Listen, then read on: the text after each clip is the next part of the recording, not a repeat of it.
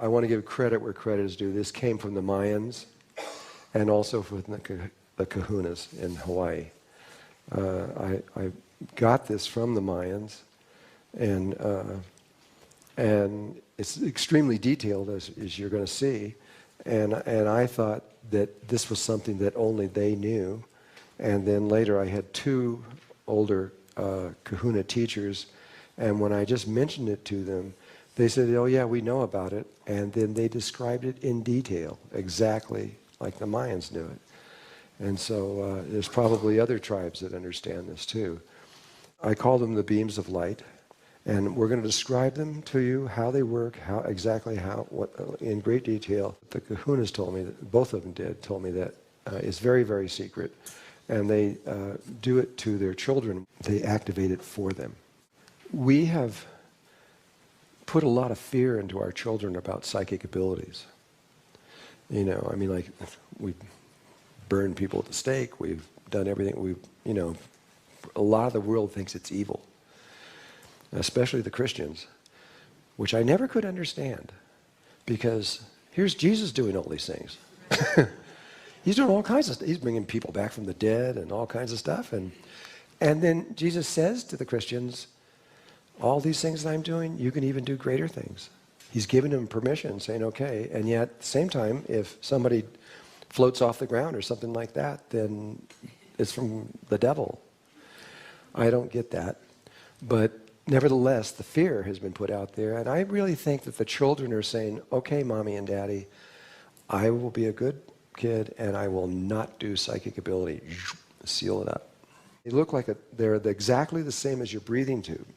They're like a fluorescent tube. They're straight, they're perfectly straight, but they don't look that way coming off the body. They haven't been used for thousands of years, and they're just fuzzy little things that kind of look like that. You can turn them from that into these straight beams. I'm going to draw this as though the person is looking this way, and there's a reason for it. I'll explain it in just a moment. Okay, 1, 2, 3, 4, 5, 6, 7, 8. That's the left and right side. So this is the basics of what they look like compared to somebody that's just walking down the street. If you see them all, this is kind of what they look like. Once you know how to see them, they're easy. They're brighter than the auras. But you have to tune your inner vision to them to see them. And then once you do, they pop right out and you can see them. This place where it folds, from there to the tip of the finger is the longest one. And there's some that are a little bit shorter. They fit inside of a perfect sphere. Because our head is not spherical, they have slightly different lengths. If you take your middle finger and your thumb and put it together, that is the size of your beams. It depends on the size of your hands. There's ones that come right over here. It's not the temples. We'll describe exactly where these spots are. It's back by the ears and slightly higher. It's the spot that enters in directly to the, if you were to go straight through, you'd hit the pineal chakra, not the gland, but the chakra. All of this is coming from the chakra. These are antennae. They receive images from the heart. This is the link between the heart and the brain. If you don't have these things functioning, you don't have a connection between the heart and the brain. And that was the fall, by the way. You could see the fall as falling through dimensional levels, but a real simple, more accurate way is that we were in our heart and we moved to our brain. And ascension really is just moving back to our heart. It's really, that's all it is. And the ideas of other dimensions and parallel worlds and all that are just more mental stuff associated with an external mind function. We can create anything we want. We can make this reality into any way we want to make it.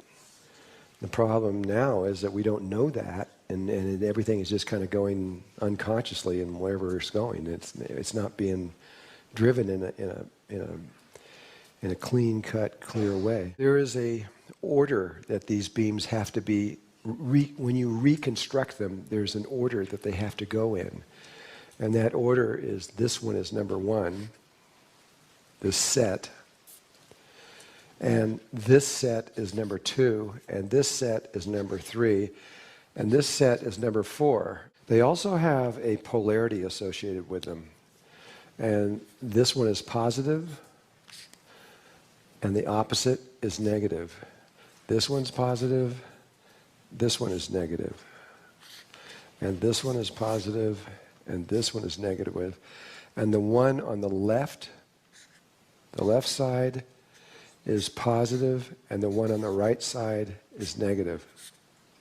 These things light up. The light is coming from the pineal chakra out. Comes out this way. But there's also a flow in. It's coming both ways. But the light as it comes in is spiraling. It's rotating. Same way with your breathing tube. Light coming down is rotating one way, coming up is rotating the other way. All of these things are rotating. The light itself is doing this. When the heart is completely linked back to the brain, the way it was 13,000 years ago, a sphere appears. And this sphere is perfect. It's perfect. But it doesn't appear until these other things begin to happen that we're going to talk about. Before you get out of here, you're going to understand this completely. We're not going to leave anything out or hide anything or anything. I mean, it takes a while because it's complicated. But interesting that once you understand this, to actually do it is not that hard. It's really easy. It's much easier to do than the Merkaba. And this is simple. Once you get it, it just kind of happens. Once you know how to set up one set of beams, the rest of them are all the same thing over and over and over. Now I'm going to talk about the inside, what's going on inside the brain. This is what happens as it leaves the surface of the skull. It's these pure, white, clean beams of light.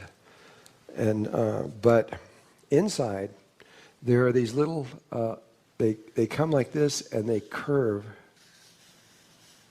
And they're very organic in nature. They're very much like electricity, and they're moving all the time. They're wiggling. You know those little spheres you can buy with electrical things? You see these things going up to the thing. They look kind of like that. They're constantly changing and moving, and they come like this. They're never the same.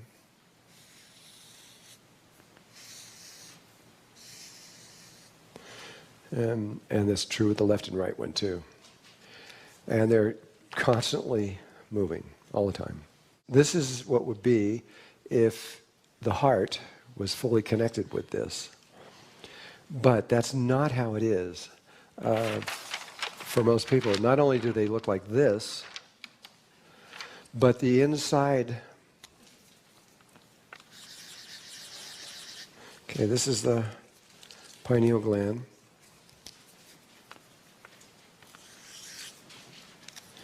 The beams, as they go, oh wait a minute, I got to put the skull in there. And the beams, as they come in, what they do is they go like this. They come down and they just go nowhere. And the other one will come over here and it'll maybe go up here. And this one maybe will come down here. They avoid, like crazy, that spot. They will not touch it. I've had a lot of theories of all of this in my life, wondering what happened and why this took place. I know that in China, when they were studying the psychic kids, this is the Chinese government and their scientific community, were studying the super psychic children. They studied them for about 10 years, and then they got freaked out by them, completely freaked out, and then they went into fear and switched the other way and started arresting them all and doing all kinds of weird stuff. Arresting the Taoists and the Qigong masters, and they've gone crazy now. 3 of these kids are more powerful than the entire Chinese army, and they know it. And now that they know it, they're just like, they're trying to stop it, but they can't really. But it's what's happening. But while they were studying them, they discovered something, which was kind of important. They found that when the children they usually came in, they became aware of their psychic abilities when they were about 5 or 6 years old. That was the time when, before that, they didn't, nothing. And then when they got to puberty, then they just kept getting better and better and better and better and better. But when they got to puberty, one of two things happened. Either they just kept getting better and better and better and better and better and better, or it just shut off, and they couldn't do it anymore. And when they studied them, they couldn't figure out, at least the Chinese couldn't figure out why this thing happened. And it happened, but what they did find out is the percentage. It happened with about 80% of the kids. They couldn't do it anymore when they hit puberty. And this other 20% just kept going and became superhuman beings. And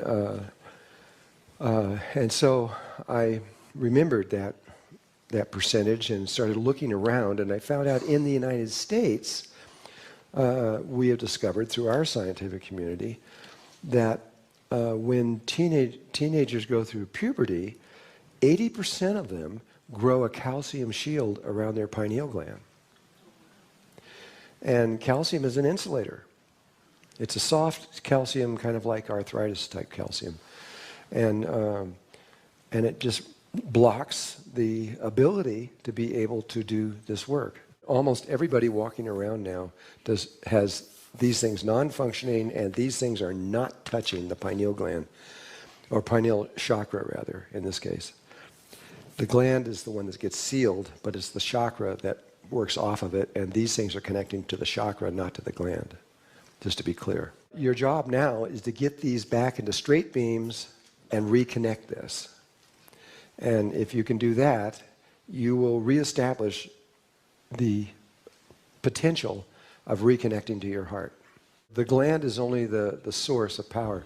It's like this is your heart chakra, here's your heart over here.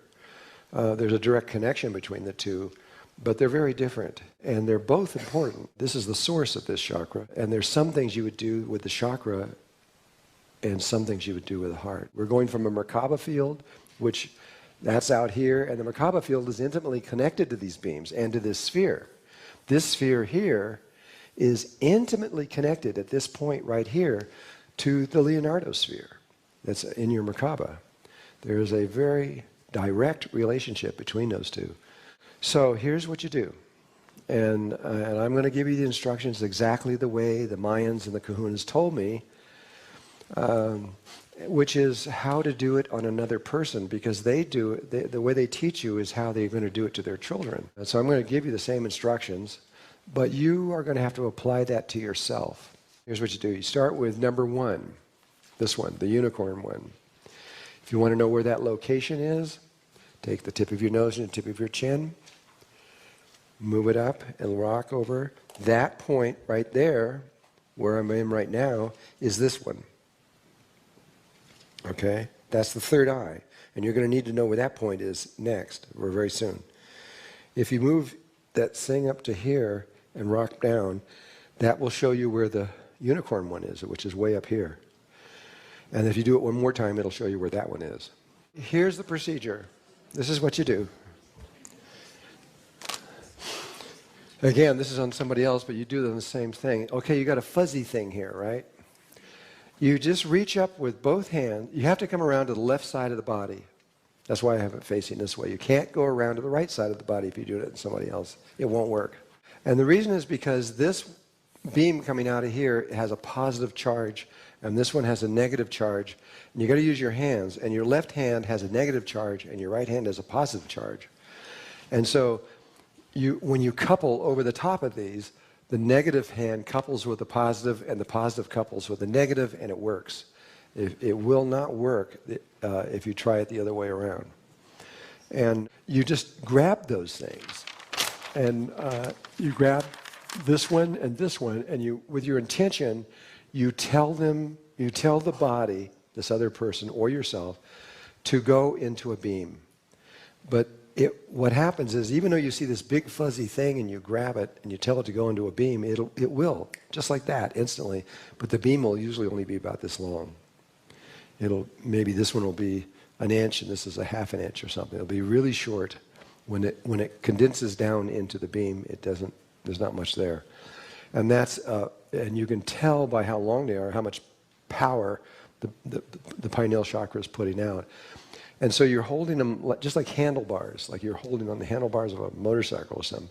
You're holding them here and you tell them to go into a beam and they will be short little things. Well, you can sense or feel which one is stronger and which one is weaker. You go to the weaker of the two and you tell that, just that one, to put out more energy and get longer. When you're talking to another body, you can use words, the body will hear you, but you can talk inside of your head, the body will hear you just as well, maybe even better. And so you can just tell it to put out more energy, and it will do what you say, but it'll usually go like this, a little tiny bit more, because the body hasn't done this in a long time, and to it's putting out a lot more energy. But you have to say, no, more. You just keep going. And the body sometimes kind of freaks out over this. The person itself is kind of usually going through something sometimes. But all you're going to do, you're not going to pull it all the way out. You're going to just make it as wide as your palm. You just want it to do a lot more energy than what it's been doing. And so you just keep telling it, no, more, more, more, more, until that beam starts to extend out from the palm, and then you can just stop. And when it does, then you switch to the more powerful one, and you tell it to do it. And usually, you might have to tell it 10 times to keep going more, no more, no more. And you get it out to approximately this long in both hands, and then that's all you got to do. Doesn't have to be perfect or super precise or anything else like that. You just get them approximately out about the width of your hands. And then you drop your hands and you put your chakra points directly over those points, right over the top of those points. So if you're doing it on your own hand, your left hand goes on the front and your right hand goes on the back. Now you can do this without your hands when you're doing it to yourself. You can just do it sitting and do all of it without it. You're communicating with your own body, it's very clear. But some people really need to feel and they need to use their hands. So you put your hands over the top of your chakra, over that chakra, etc. Bam. But then the next thing you do, and this is hard to explain, hopefully you can pick this up, you close your eyes. You can see inside the body with your eyes closed. If you open them up, you see the surface or what's around it, but you can't see inside the body. If you close your eyes, and with your intention, you look to see the pineal chakra.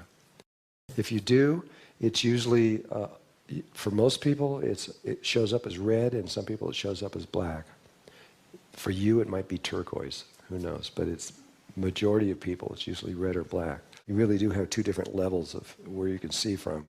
Once you see that, the next thing is to look to, forget about all these other beams, you're only looking at this one now.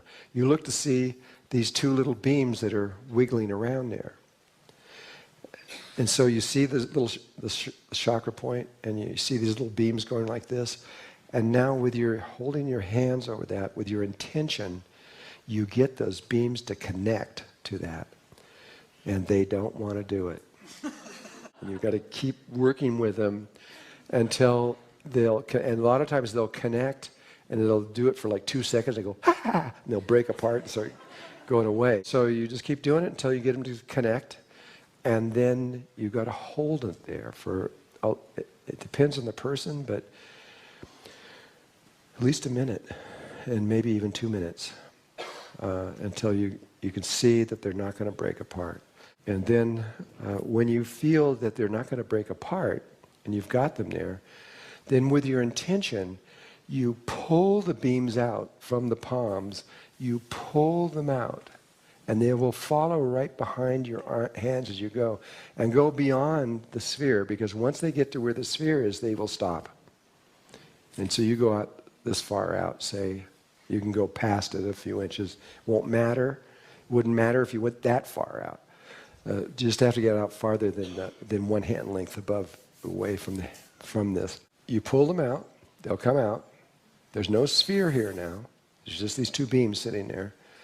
And when you get them out, The next thing you do is you shift your attention to the very ends of these things, and they're pulsing.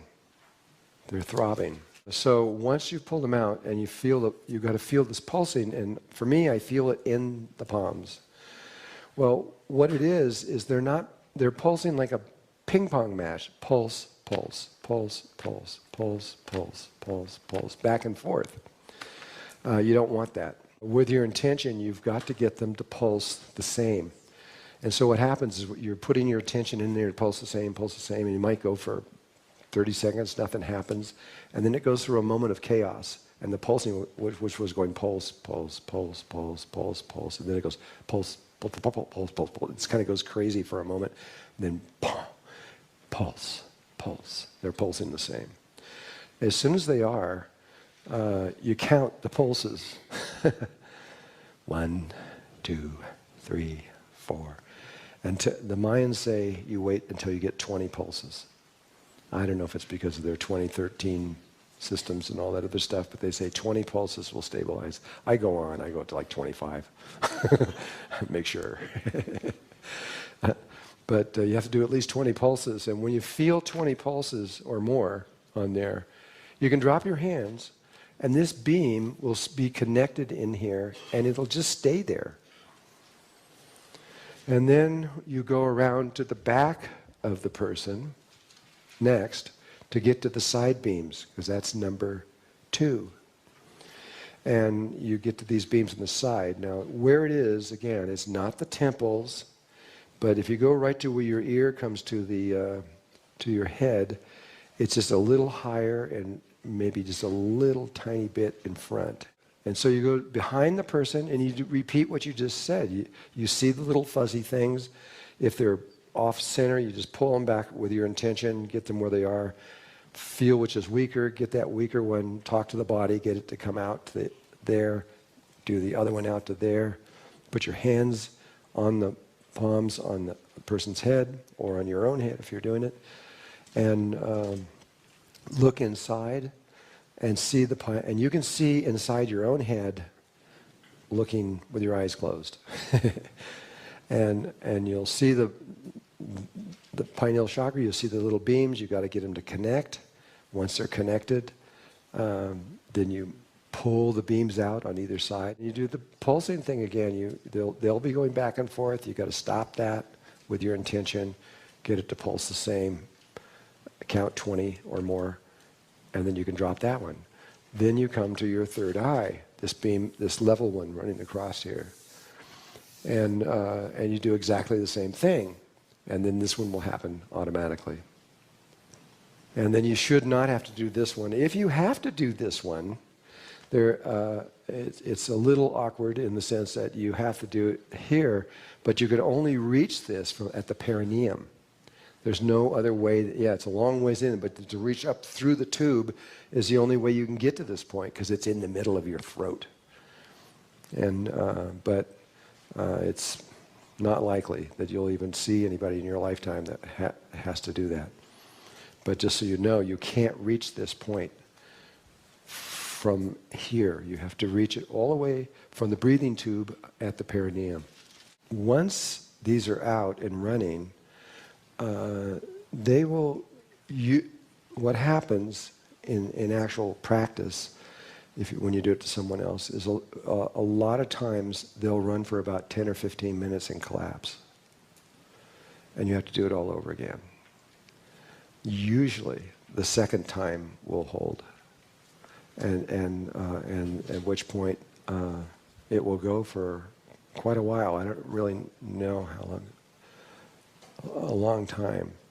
But really this system, to get these out, you only have to do it about 2 weeks, every day for about 2 weeks, and it's permanent.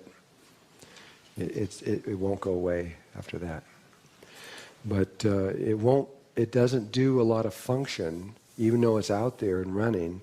It's very much like the Merkaba field. The Merkaba field doesn't do much until everything is lined up at once. I used to actually find people in the audience that had really bad migraine headaches, and I would work on them, because when you do this, the migraine goes away.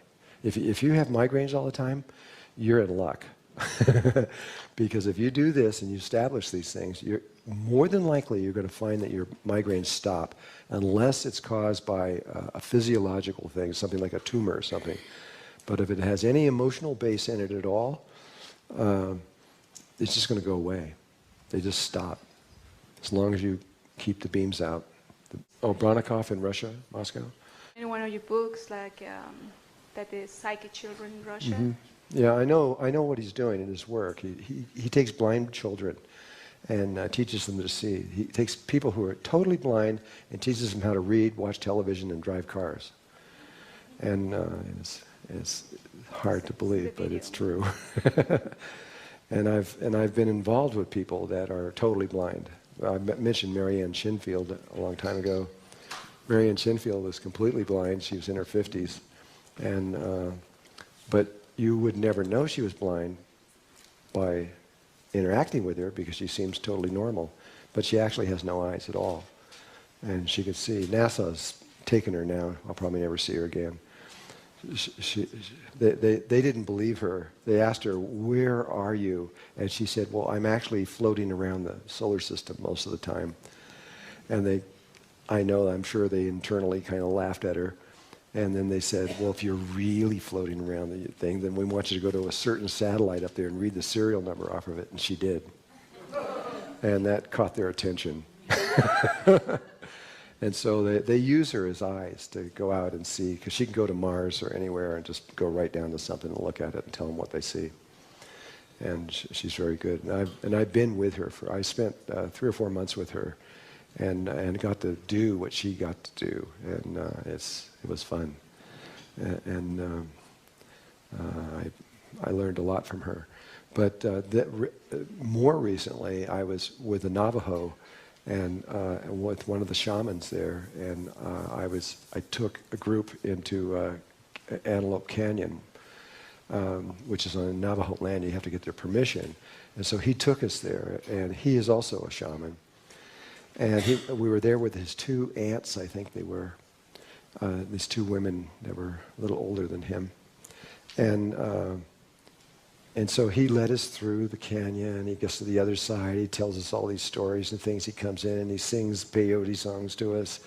And he takes us outside on the other end, and then there's a natural-looking snake that was not carved that points to the entryway to this place. And he's showing everything, where the snake is and the eyes and all this stuff like that. And all the group was looking. And one of the aunts come over. She's got her arm around me like this. And she leans over and says, "Isn't it amazing?" And I said, "What? What's amazing?" And she says, "Oh, well, our nephew is blind. He can't see anything, but you can't tell." And so I didn't know that about him. It was funny going back after she just told me that, and he's driving the pickup truck. And I'm in the back of his pickup truck. I got a blind guy driving over the road there. Life is weird. But boy, can he see internally. When we do shamanistic work, he is the most visual person I've ever seen inside. He can appear to me better than anybody I've ever seen. But in my conversation with a lot of these psychic kids, they're pulling the energy in through the 4th and 5th lumbar, and they know it. It's coming in at 90 degrees, and it goes straight up the spine. I don't see that anywhere else. So maybe they have some other way of linking the brain to the heart. But once we reach puberty, we have to do this. When you're doing this to someone else, are you physically or internally seeing their chakra, or are they seeing it with the little fuzzies? No, you have to see it. They don't have to see it. Okay, so you have to see it. You're actually doing it for them. But if you're doing it yourself, on yourself, you have to see your own. You have to see this going on inside your own head, and you can do that. Okay. We begin with this beam, number 1. We then go to 2, left and right. Then 3, third eye, and then 4 you don't have to do. And so the procedure is, again, you either can see or sense or feel these things. And it's easier on yourself sometimes than it is others, because you're just going to be reaching up here, right in your own head. And you grab these things. If you're not sure, just use your intuition and just do the best you can. This works on most people, even if they don't really know how. It's because of the gland that we're working with. This pineal gland is a pretty interesting thing. It functions through intention more than anything else. So you, beginning with here, you will work on this one as 1, 2, and 3. So it's up high on your head. And you need to find that spot, and you need to find the spot back here to begin with. And you need to know where this left and right one is, just right where your ears come out. It's just a little bit higher and a tiny bit forward. And if you just kind of aim toward the center of your head, you're going to get there. Remember, the pineal chakra is in the center of your breathing tube. So you're really kind of aiming for the center of everything. The pineal gland itself is just a little bit back from there. And then this spot here is just 1. You just go up 1, and that's where it is. This is where your third eye is. The pineal gland should be, from what I'm being told, exactly the same size as one of these eyes, and more round, etc. The pineal gland is an eye, literally, Right. scientifically. It is hollow. It has color receptors inside of it. It has a lens on it for receiving light. And that is Jacob Liberman's work with light, the medicine of the future. And he's one of the most advanced people in the eyes and light in the world. Yeah. But it's entropy down to like a P or something. We haven't used it. I believe that if you start using it, it's going to grow. It's going to get just like a muscle or anything else. It's going to get stronger. But the thing is the lens is facing up this way. It's looking right up the tube. And it's designed to receive light from above. And where these eyes are facing at 90 degrees looking out this way. And so our lenses are, but it is literally an eyeball. It has other functions, but that's one of them. One of the things that when I was working with Jacob Liberman, that he showed me, which was really amazing. This guy really knows a lot about this. But they've tracked exactly when light goes in the eyes, exactly where it goes, precisely the whole method. But right after it leaves the pineal gland, it literally, according to Jacob Liberman, it goes to every single cell in the body. And he says, from the way that they see it now, every cell in your body is looking at exactly what you're looking at. That changes things about all these guys in here are looking at what I'm looking at. He says the light actually enters into every single cell.